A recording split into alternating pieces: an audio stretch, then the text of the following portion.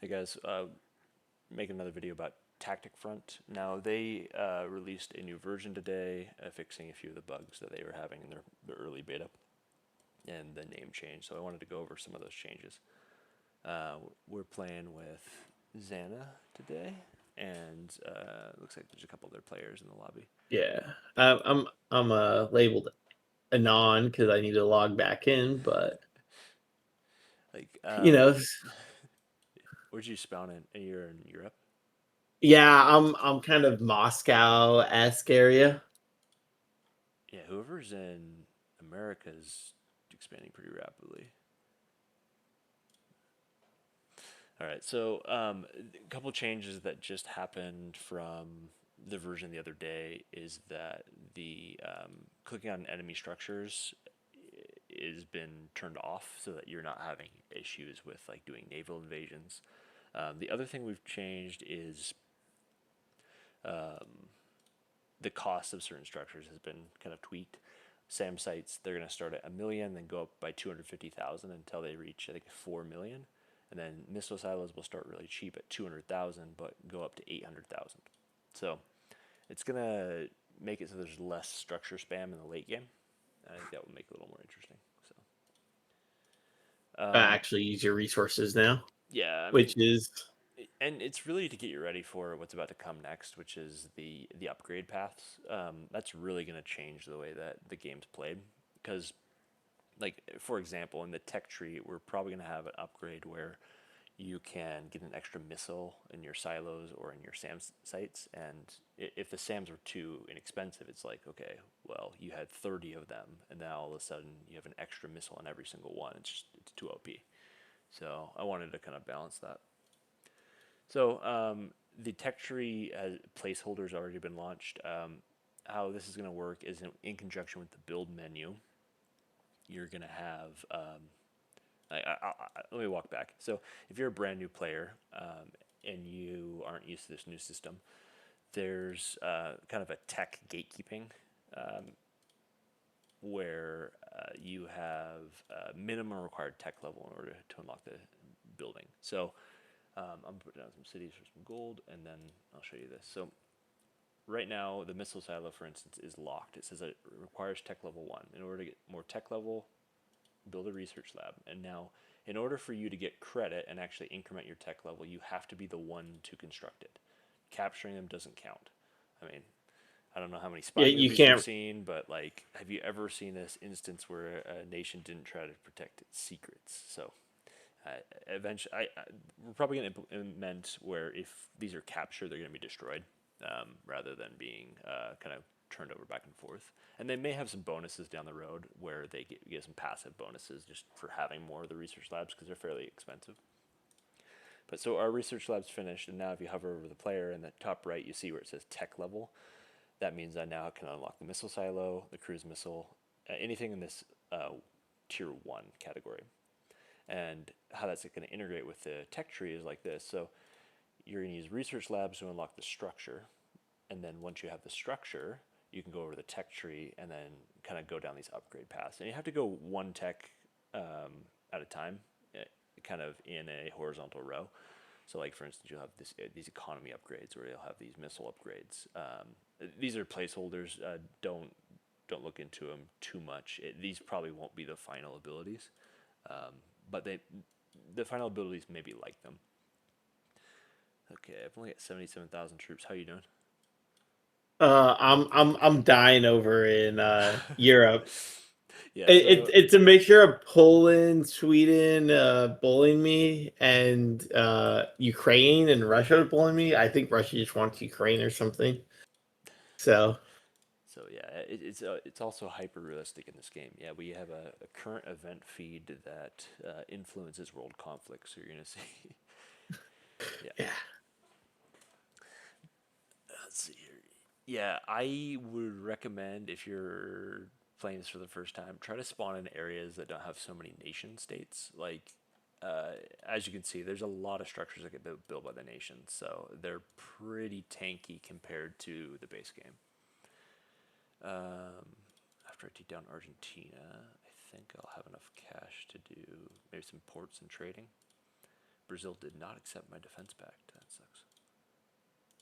Yeah, I also find doing the surround that's available in this newer version is always really nice for Yeah, quickly defeating stronger enemies. If you can't out populate them, that's your next best bet. yeah. The surround, I think it is in the base game, but it's been tweaked a little bit. It doesn't Yeah. happen as often. You gotta actually enclose the pocket and hold it, just to make it a little more realistic, and it helps with lag too.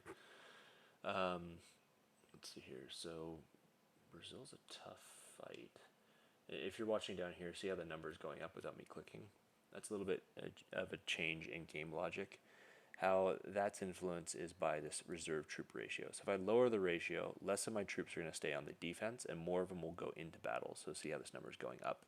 So it'll be a little more troops there. What I like to do is keep the attack ratio low and then put my reserve ratio at a point where I'm gaining troops until I'm above 50% max pop. See how it's going green to orange? When it's orange, it means it's becoming less efficient. You're not gaining troops as fast. So I need to send a few more troops into battle. So actually, we'll lower it a little bit. Yeah. I'm personally a fan of building out early game infrastructure and then conquering the bots infrastructure now that they and nations now that they actually build stuff. Yeah, definitely worth capturing their cities. I mean, the cities.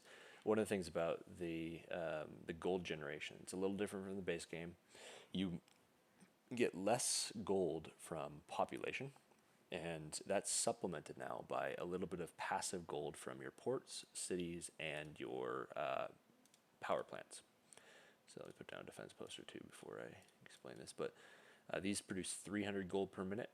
These are cities are 500, and then the power plants are 800. Now that may be augmented by some tech tree items, and the values may be tweaked a little bit as we kind of balance and test things. But the idea is that infrastructure is going to be one of the kind of three pathways to victory. I guess four actually. There's always more paths, but like you can either win by having the most troops and doing better on the battlefield. You could win by having a lot of infrastructure and then leveraging that infrastructure into a tech, and then later on kind of a late game power spike that you can then steamroll into a victory. Or maybe you're going to utilize missiles to get nuclear strikes, soften up your enemies, and then be able to do pretty easy invasions. But I guess the fourth method would be diplomacy. With the overhauls we're planning with diplomacy, say in this scenario I'm allied with Brazil and I get attacked by this player here. Because we both share a border, if we had an alliance, they're going to automatically send in some troops and start a battle. And then you'll be able to kind of push them from both sides. And that process might be automatic for allies because there'll be kind of different tiers of diplomacy now. There'll be a non-aggression pact, there'll be a alliance, and there'll be another mode probably called no intercept. But the idea with no intercept would be like if you follow Middle Eastern conflicts, you always see missiles being launched back and forth between a couple select nations, and oftentimes those missiles traverse over the airspace of another country, but they're not intercepted. So what I'd like to have emulated there is their SAM sites won't hit your missiles when they're doing a flyover. So Brazil's looking for the alliance. I'm probably going to take it just because I don't have enough troops to fight Colombia and Brazil right now. And Annan's kind of steamrolling here. He's at 16%, and I'm down here at 4.2. So how are you doing? Yeah. Oh, 225 is pretty powerful. Where is 225? Yeah, he's in He's North America, but he's like, you got a border with me. It's crazy. yeah, that's I'm a little gonna scary. head down to Antarctica and try to get some more I'm troops rejecting this year. Iran's treaty that you just sent me because Iran doesn't get a treaty Gold. So I guess for reasons. those are the main differences with the game. Once you understand kind of the tech tree and you played a couple of rounds and you kind of understand build order, it's not that complicated. Yeah, that's super simple, right? After you understand like 11 different things, you got this. But Yeah, don't worry, you pick it up it's quickly. easier than Stellaris. That's what matters. Yeah, I mean, this is only like a 30-minute game. Stellaris is like a 10-hour game. So Yeah, this is a 30-minute game if you go long and you don't drop mercs on everyone. Yeah, and that's kind of the length of time we're kind of targeting. Like games should last between 30 and 60 minutes. If they're going longer than that, I get it. Like it's not going to be as fun. Now there are some people that enjoy the late game, and I want to allow there to be some scenarios where you can, I, I guess turtling is the wrong word, but maybe like if you're able to kind of mirror your opponents and counter well in this kind of rock paper scissors arrangement, maybe the game gets dragged out a little bit. So I don't know. We'll see. Like there's a couple of other things we're planning on doing with the game, but we do have user accounts. So if you sign in, some stats are sent about the game to a website where we're hoping to quickly implement kind of an elo score, so you can have rankings and be able to determine if people around you are experienced players. We'll probably overhaul chat and kind of player prompts to give it a few more options. We want it to be as part of that kind of diplomacy overhaul. But I guess yeah, the point is we want there to be more dynamic gameplay. One of the frustrating things with the base game is a lot of times it kind of goes in the late game and you're immediately snowballed by a stronger player, and that's because you were over here having a regional fight. Like, I mean, look at this. Like, 976, you're fighting Mongolia, and like they're I have a wall. you've got a nice wall, but they got 4 times the troops that you do. So it's like while they're having this conflict over here, I 225's over here invading Europe, and it's gonna be really difficult to stop him because he's already got 22%. So like I Yeah, only have like 225. I don't have much money at this point, and I don't really have any troops. I'm gonna have to drop a ton of cities. Let's see if he's so. Let's see. He's got 12 SAM sites and he has 58 cities. Yeah, there's not really a lot I can do to counter that. I have a solution. It's called build more, steal more. It's all a valid technique, and I want to. Well, let's do this. Where are you, player wise? You're down Probably in there. Antarctica. Okay, I sent a ally request, and we'll see if we can. I'll do it just Oh, because. he took a foothold in my nation Yeah, or in my at this point, he's area. so far ahead. There's not really much we can do to stop him. So I would. Well, Mongolia. If I can take over Mongolia, I can merv him because Mongolia has enough gold. Well, I wonder if I could get. Might be able to take out just his Sam. Um, I stop cruise missiling myself. I only have 5 missile launchers, so I have 3. He's just begging for the opportunity to take me out. It's coming quickly. If I push him, I only have 300. He's pushing me. Not really a choice. I'm gonna do some military strikes, just so I can kind of show off this feature. But you select a target and you decide what you want to destroy. So cruise missiles will just destroy enemy defense posts. Atom bombs will hit their cities with both a cruise missile and an atom bomb. The cruise missile kind of would act as a decoy, trying to get destroyed rather than your atom bomb, which is more expensive. You got military strikes, which target SAM sites first in phases, then silos, then defense posts. They're kind of for like if you're gonna make a big push against an enemy and they're just loaded up with defense posts, maybe fire off a military strike, take out their SAMs and take out their defense posts so that you can kind of push into their territory. Another option here, you got Scorched Earth. What this does is targets their SAMs in phase one, and then it's going to target every one of their cities with both atomic bomb and a cruise missile, just so the atomic bomb hopefully actually makes it to the target. But you're going to want to utilize those hopefully in place of MERVs. MERVs are going to get some tweaks as the tech tree gets built out. They will still be a part of the game for sure, but they're probably going to have some changes. Like they're only going to affect territory when they land in a region. So, for instance, instead of it, taking out all of Eurasia, it might just take out, the southern coast of Africa. So you can still use them if you're unable to penetrate their missile defense systems with missile strike packages. But the game's kind of gonna shift. So Yeah, I'm being a little attacked by Mongolia.